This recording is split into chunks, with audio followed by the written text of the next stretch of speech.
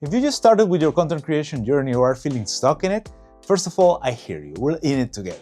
But also, I want to share how experimentation, a concept used in top tech products, can help you create content that both you and your audience love. Hey, I'm Cesar, and as a product manager who also creates content, I'm on a mission to create smarter, not harder. So join me if you want to see what works, what doesn't, and everything in between. So let's get to it. Experimentation. I want to share this in a very simple 3-step process. First is the planning, second is the execution, and third is the measure. Let's start with the planning, also known as the what. Why is it called the what? Well, this is where you will define what is the product, what is the problem, and what is success. So let's start with the very first part of the planning section, which is the defining what is the product. Since you're putting content out there and you're owning multiple channels, you need to define if your product is specific, the general, or a mix of them. So let's do a couple of examples. If it's the specific, that means that every single piece of content that you're putting out there is your product, and you want to improve it before you put it out there. The second part, which is more general, will be defining your channel or your brand as the product. And in that case, each piece of content that you put it out there will be considered one iteration of that product, which will improve it every time you're releasing something. And the third way is, of course, a combination of both of the options. You can imagine it's a little bit more work, and maybe more than a little bit more work, but I think that this is the way it will get you more results. Next up is defining what the problem is. So if you're already putting content out there and have seen the performance of this content, then you probably already have some ideas in mind. For example, you have low likes, low reach, or if we use YouTube as a different example, it can also be that people are not clicking on your videos, so they are not watching them, or the people that are watching them are leaving too early. So let's do some examples to make it a bit more understandable. Let's assume that the content that you're putting out there is for YouTube, and then you see that people are not clicking on them. This results on low views, which results in low likes, which results in low comments, and so on and so forth. You have to start from the very beginning, because if you want to solve the problem of low likes without actually solving the problem of low views, may not be the best approach for it, especially when there is so much to do on that first step. So later on, let's double down on that specific problem and what can be done in order to solve it. Before we go there, let's go to the third part of the planning section, which is defining what success is. And this is important at this point because you can get busy with a bunch of stuff, but if you're not working on the right things, then you may be just going on a different direction than what you actually want to do and where your goals are. This is why in this part it's important to keep your goals in mind. I've talked about goal setting in the past, and you can see it in one of my videos. I will link it here and in the description. And it is very important here to know why is it that you're putting content out. You may be doing it because it's your side job and you just do it for fun.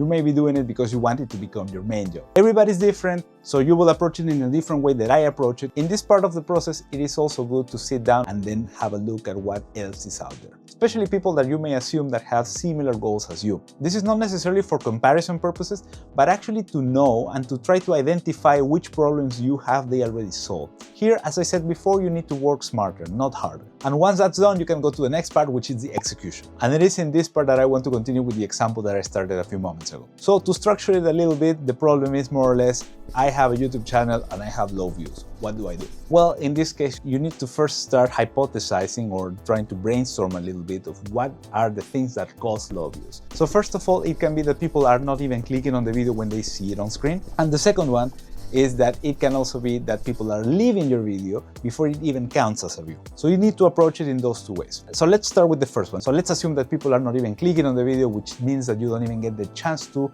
retain those people in that video and hook them to your content. And probably if you've seen content on creating content, you've heard this before. So this can be because of two things. First of all, your thumbnail, and second, your title. These two are the things that people will see before they see anything from your video that will inform them or should inform them on a promise that you are delivering inside the video.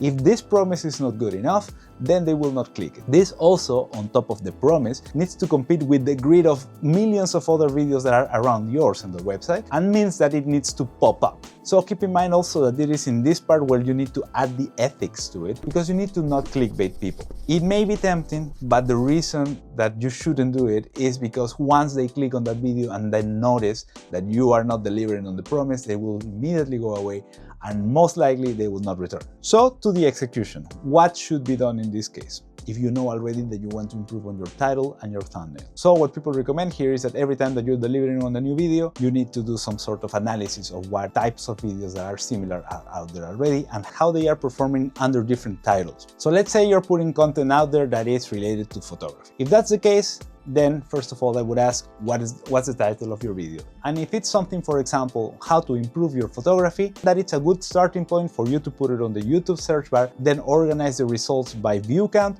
and see what's out there. What do the top 5 videos here first of all have in number of views, how are their thumbnails, and how are their titles?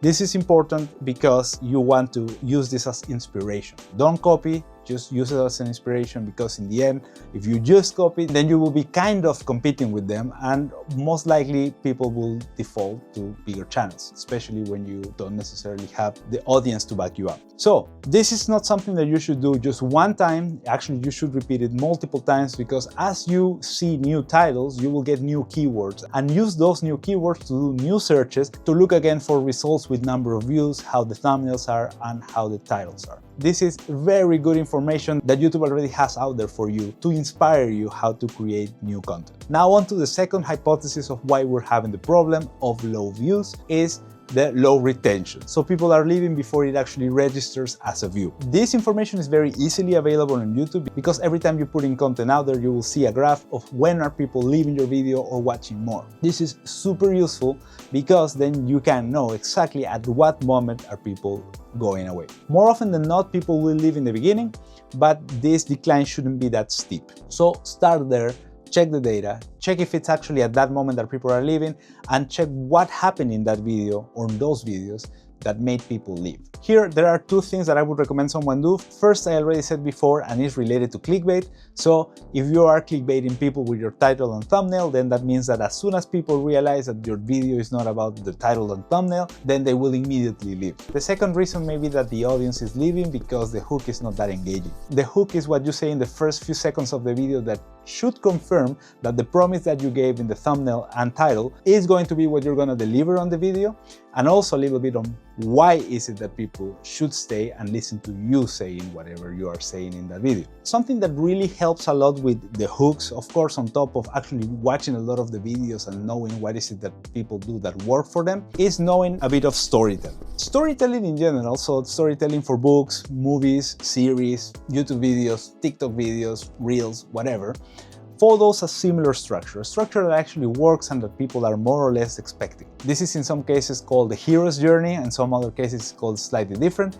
but in short, it should depict a character that has a problem and found a guide, and that guide has a plan that will help solve that problem. There are some nuances to this, and I really want to go deeper on this in a future video that I will link somewhere here as soon as it's out there, but that's it. As soon as you put in something out there, in the first few seconds, you need to define quickly who's the character, which, spoiler alert, it should always be your audience, what the problem is, who's the guide, which, spoiler alert, it always should be you, and your plan, or why is it that you are the one that will help this person with the problem. Once you structure the first few seconds of the video in that way, and I know it's difficult because it's only the first few seconds of a video, it will be way easier for people to understand why is it that they are there and why is it that they should stay there in that video. And last but not least, we have the measurement.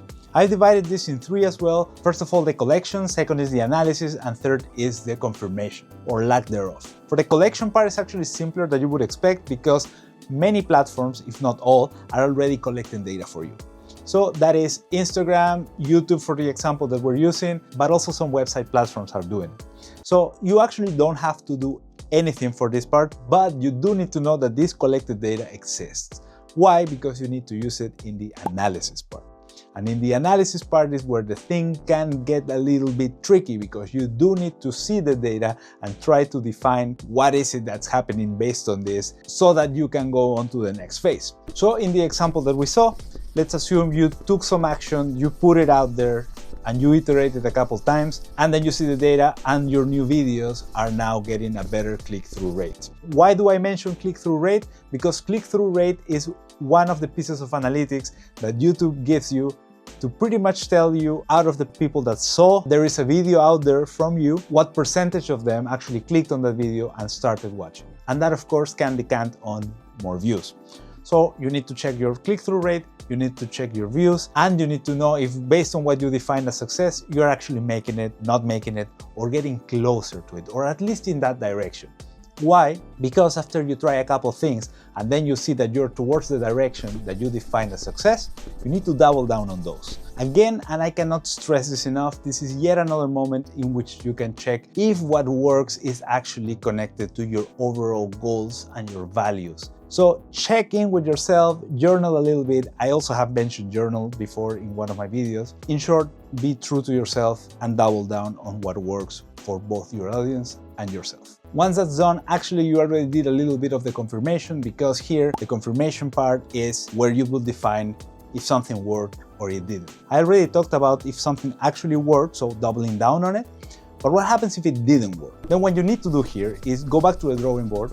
Maybe you're not defining the problem properly, or maybe the hypotheses you have on the problem are not really the ones that are the root cause of that problem. So again, you need to do some analysis on what is the problem that you're actually having and what is the problem that people are having that is preventing them from continuing watching your videos. This is a pretty iterative process, and again, as I said, you can do this in particular for specific videos, which makes it a little bit more difficult because at some point you actually have to let go and put it out there, or you can do it for the whole channel, which is more or less similar to the example that I just gave. It's up to you. Start small and make sure that you're always going towards the direction of the goals that you define for yourself. If you enjoyed this video, then of course like and subscribe, but also go check this other one where I explain the detailed process of what is my workflow when I go out there and take pictures. Catch you in the next one. Bye.